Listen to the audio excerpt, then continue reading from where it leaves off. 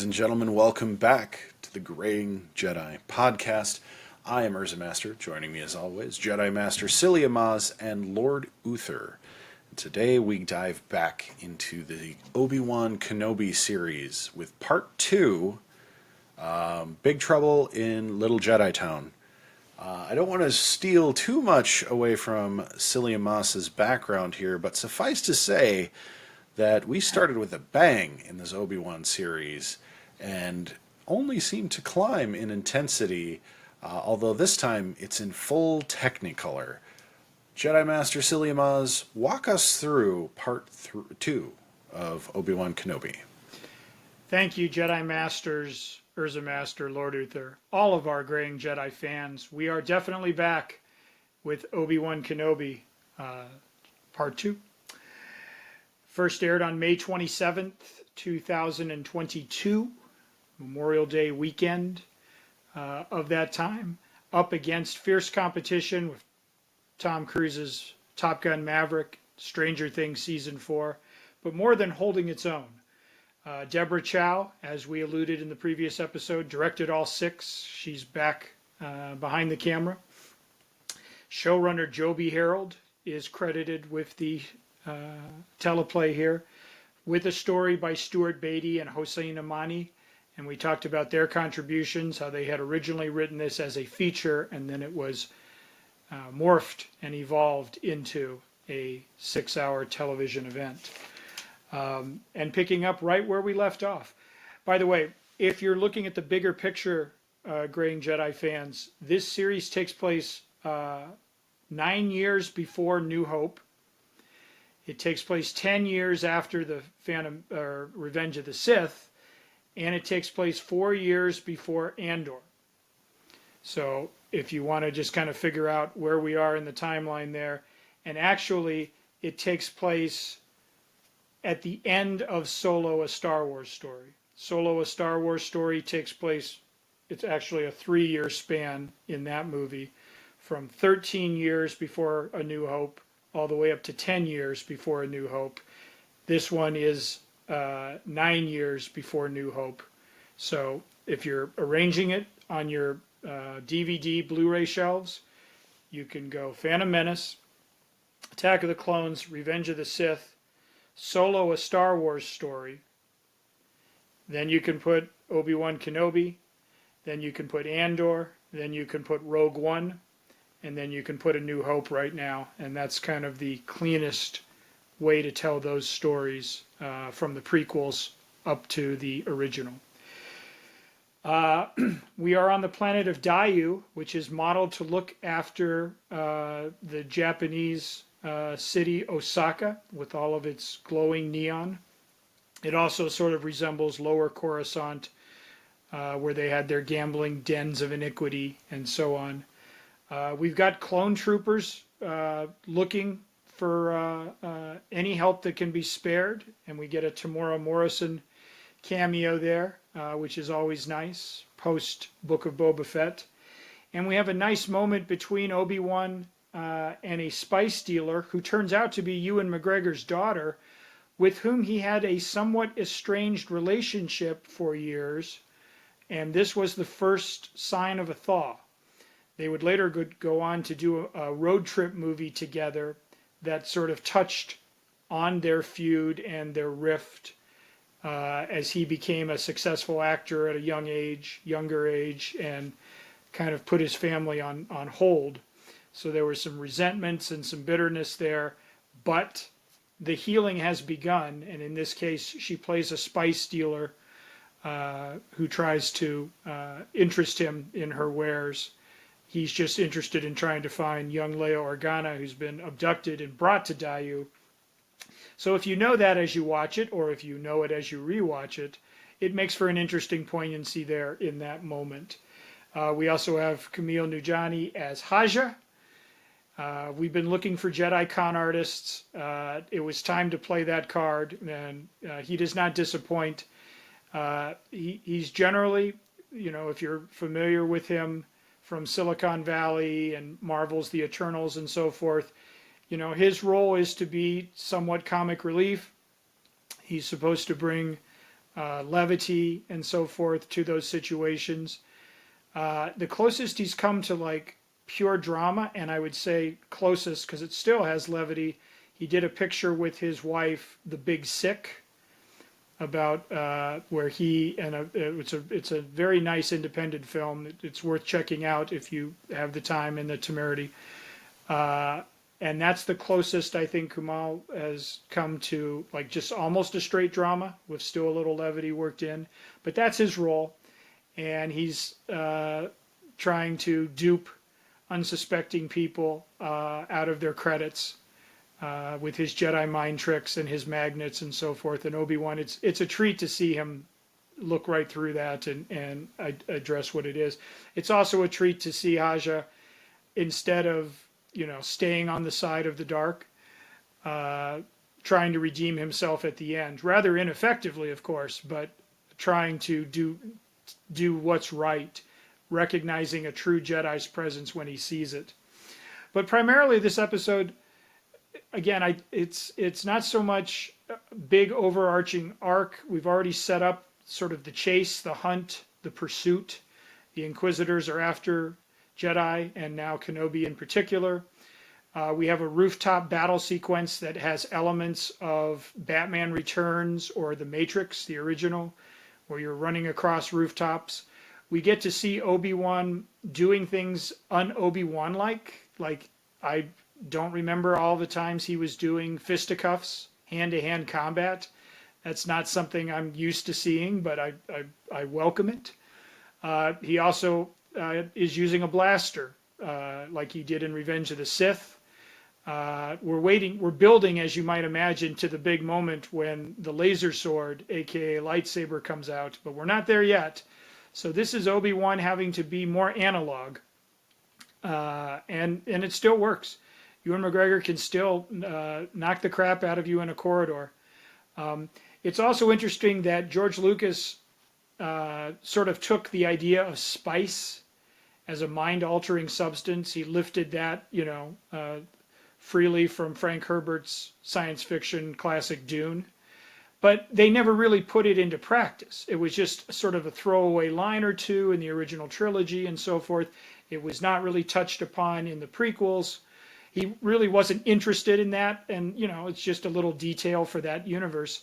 But the streaming series on Disney Plus have shown us that spice is a tradable commodity that entire crime factions are willing to duel over on Tatooine, or in this case, their very own Star Wars version of a meth lab, or cutting heroin or cocaine. It's a thing, and it gives you that really good high, as when some of Flea's and the bounty hunters are exposed to it. So it's just interesting. Again, they take a detail, a throwaway line in the original trilogy about the spice mines of Kessel, and end up Solo, a Star Wars story, gave us this as well. They've really kind of said, yeah, this is a narcotic. It's not good for you, and the bad guys are using it to fatten their coffers and make people addicted to it. So I like that idea that we have that in there. And then we have, of course, gentlemen, we'll want to talk about the climax when two of our parallel threads are now going to be stitched together, as both Obi-Wan and Anakin are now aware that they are fated to meet again in future episodes, some coming up pretty quickly. So, gentlemen, Lean, Mean, Chapter 2, Deborah Chow, what do we say?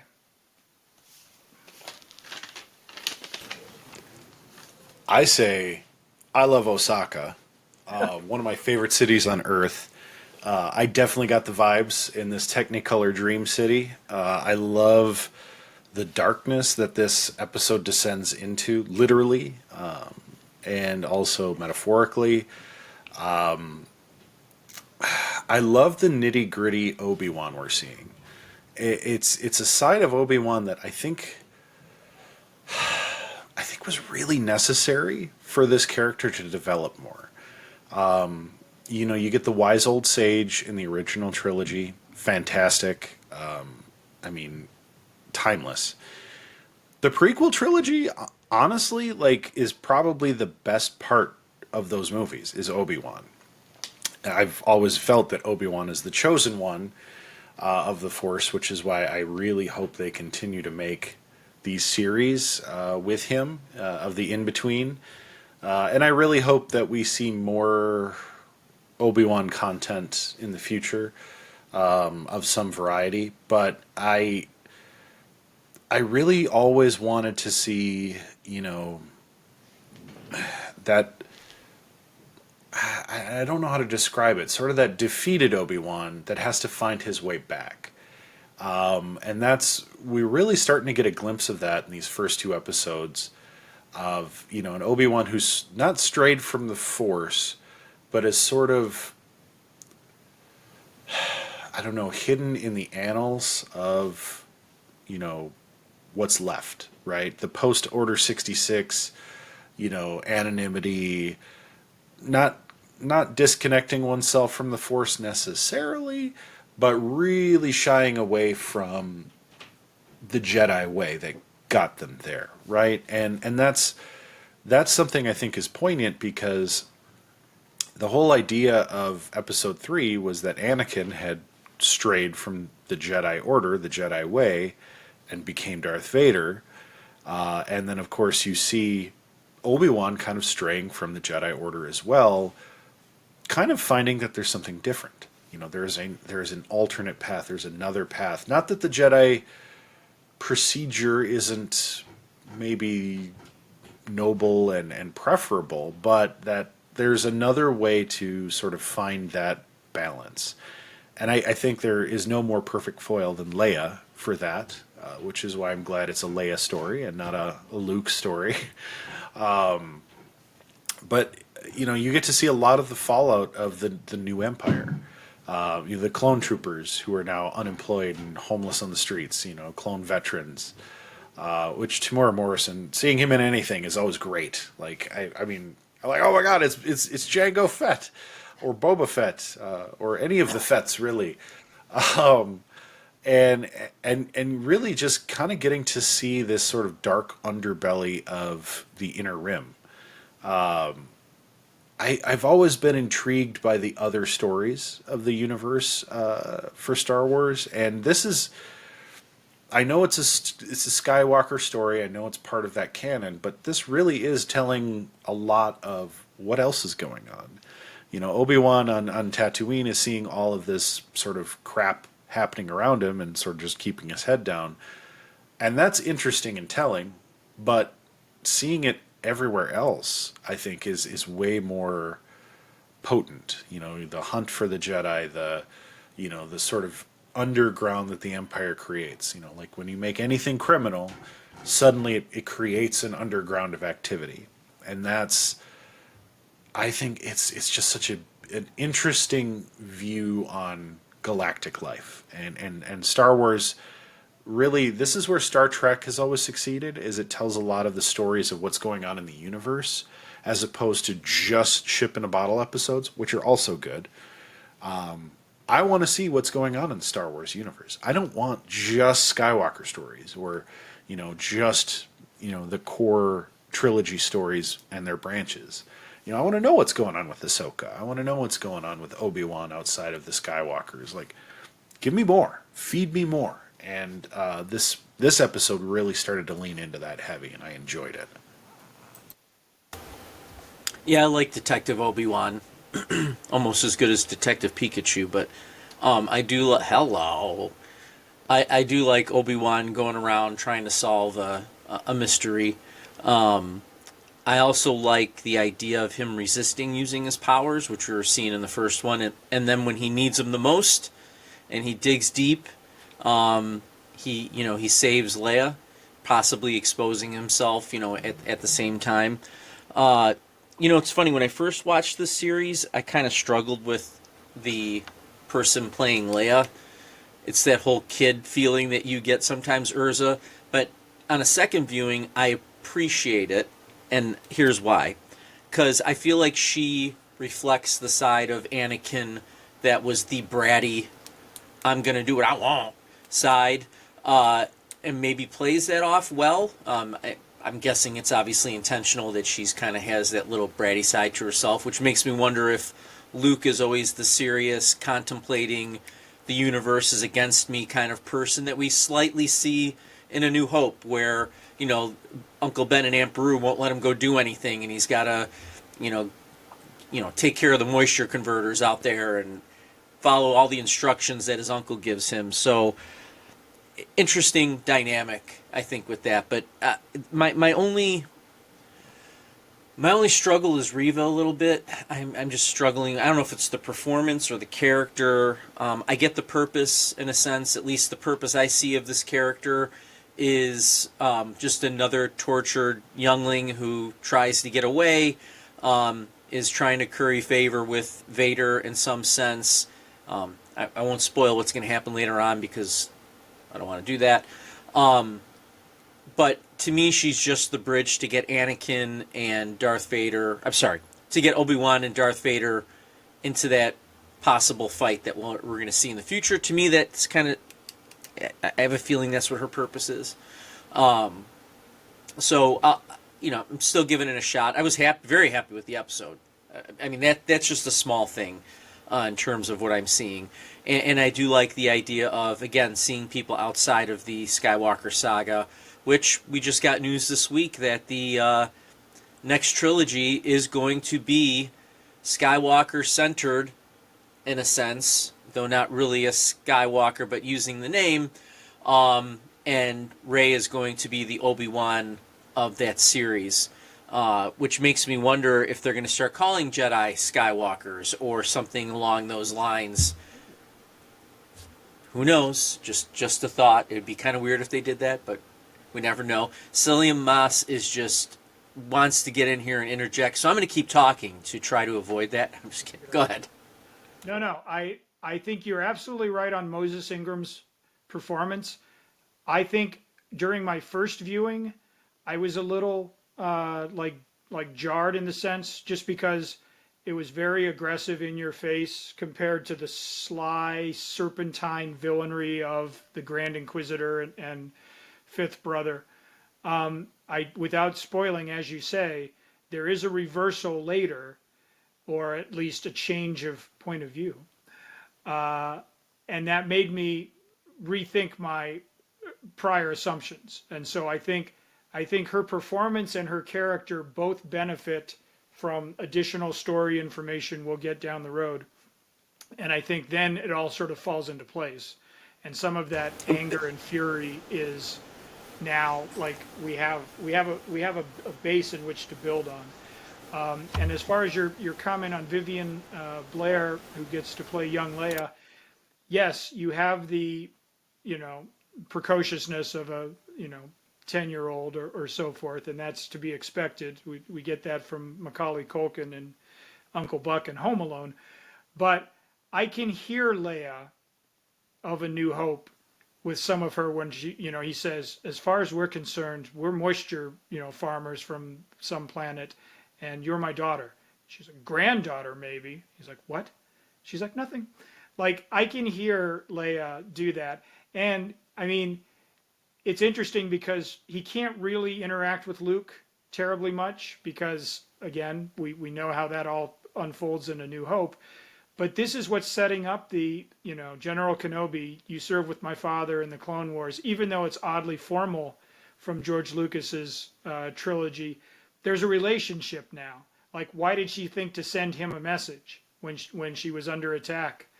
Like, she didn't go through Bail's Rolodex. She knew she had a connection with him, and so forth. And he doesn't let on to Luke, obviously, that there's a personal thing there. But even when Luke comes to get her, Ben Kenobi, where is he?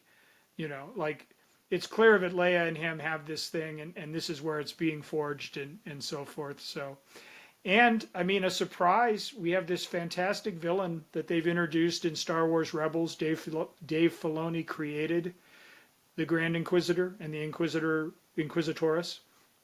And I mean, again, Reva, says, forget it. I'm done taking orders from you, sir. And although, as we know from fans of Ahsoka and others, a lightsaber isn't just what it used to be when it comes to slaying. You can cut Darth Maul in half, and he'll find a way to return with spider legs. And you can wound Sabine Wren, and she'll make it back for more episodes. In fact, I saw Sabine recently in Disneyland. Not the Sabine, but a Sabine, including the hair. And so that was pretty cool. So apparently a lightsaber, you can't keep a good Jedi or Sith down for very long. Maybe they need to check those kyber crystals. They're not using the same brand, or they've switched to decaf. But yes, it used to be that was a fatal blow there, and it may not be so much. We'll have to see. I'm just going to throw this out there real quick because we've kind of talked about it before, and whatever, it's a slight spoiler. But if you don't like it, you can just hit the door and walk out. It's fine with me. Just leave this channel. Anyway, here's my thing. Do we always? And I brought this up before. Do we always need a redemption arc? Because we're going to wind up getting that. Sorry, spoiler alert. With Reva, and I told you that's one of my issues with the last three movies. If Kylo Ren would have just stayed the bad guy, even though I don't like those last two movies, to me it makes it a little bit better. Because why do we always? I just don't understand. We always need a redemption arc. I don't know why it's so necessary to have to do that. So I'll just throw that back to you guys to see what your thoughts are. Because I think. Because here, I'll just say this. Sorry, I'm just going to keep stepping all over you guys. It seems tropey, and it's turning into a trope that you're going to be a bad guy. So no, what do I care if you're ever a bad guy? Because you're going to wind up being a good guy in the long run. Now, my hope is, and I don't think it's going to happen, Thrawn will stay this ominous, evil person or bad guy, however you want to look at it.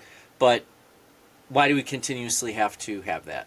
And I'll throw it to Urza, and then we'll go. So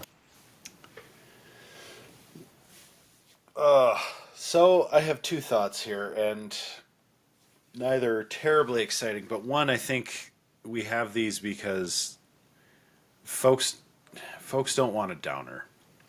And I hate that answer, but I think that's the biggest truth is nobody really wants to see the bad guy win. At the end of the day, folks like a happy ending. They like redemption stories. They like seeing somebody overcome their demons. Nobody wants Requiem for a Dream's ending, a hopeless, just sad kind of situation. Although I think those are sometimes the best stories. I think internationally, if this was a Korean film or a Japanese film, I think that would be way more possible because I think they respect a more well-crafted bad guy, a more well-crafted villain. Because I think in some respects it's a cultural thing where, there is so much respect, there's so much,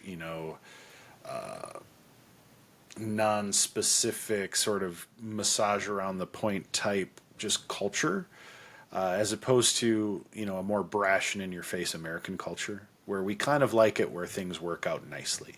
They're wrapped up in a nice bow, there's not a lot of loose ends, and, the good guys win. There's some happiness to it. And, even with Empire, which I think one of the strongest reasons Empire's like the best of the original trilogy is it does kind of end on not a cliffhanger per se, but like with the bad guys winning pretty much. It's hopeless. Yeah, it feels very hopeless, but there's enough there that it still feels like, okay, we can really do something here. Because obviously they circle back, they get Luke. I know Han's in Carbonite, but there might be a way to worm our way out of this. And yeah, that's really good. But I could see like if you didn't know that there was another movie coming, it would be a tough pill to swallow.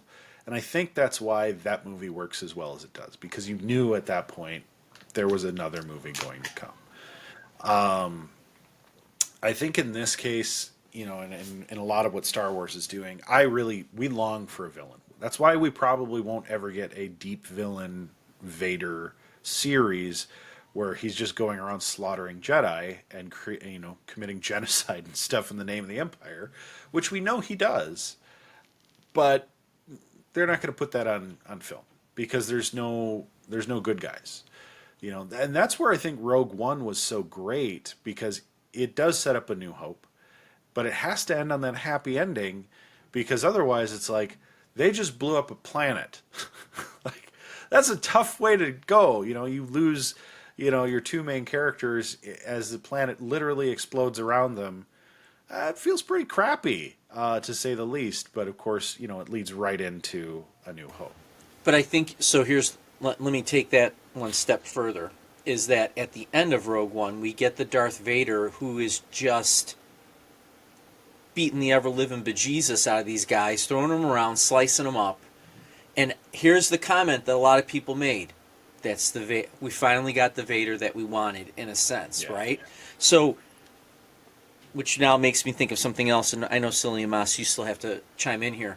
Is Return of the Jedi better if Luke defeats Darth Vader and Palpatine, just takes them both out? Could that have made Return of the Jedi better without having the redemption arc with Darth Vader in there? Because then that's the Vader that we always wanted. Or is it? I don't know. All right, I'll stop.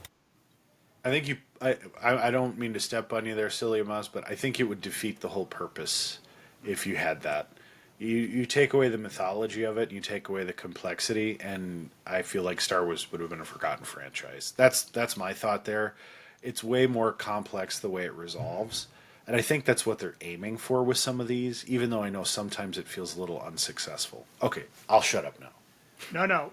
My kyber crystals appear to be fading, gentlemen. So I would very much like to rate this episode before I fade away, like Luke did at the end of The Last Jedi. Wink, wink.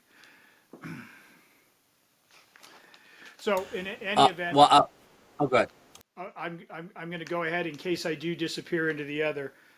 Star Wars is my catnip, so let's go with greenies, feline catnip treats. They are delicious, they're nutritious, and they keep your teeth clean. That is my Obi-Wan 2.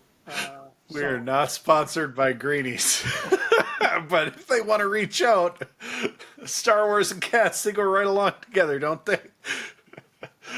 That's funny. I'll go writing utensil green, because the writing for this, minus my little thought process there, is wonderful. And at the same time, I'm also going to go Christmas tree green, because it's never too early to put up your tree. Anyway, over to you, Urza. I'm with you. We're doing that later today. We have 3 trees. We have one small 2-footer up right now. Yeah, I'm excited. I too am going with the green kyber crystal for a multitude of reasons, but one, because I think you feel very Empire in this episode. You do delve into darkness. I know we get redemption arcs later, but I love a good complex story. I do enjoy things where the bad guys win. I love the slow building tension we're getting, because as we'll talk about in later episodes, we are really building towards something here which I think might be the finest moment that Star Wars has ever put on any screen, anywhere. And I am going to leave us all with that teaser for the future. Jedi out there, make sure you're hitting that subscribe button and staying tuned, because we are diving deep into Obi-Wan as a series, and we'll continue with Star Wars into that galaxy far, far away for a long, long time to come. And don't forget to drop a comment. What did you think about part 2 of Obi-Wan Kenobi, and where do you think this is all headed? Do you think Kumail Nanjiani may discover the Force? Or is he just an eternal comedian?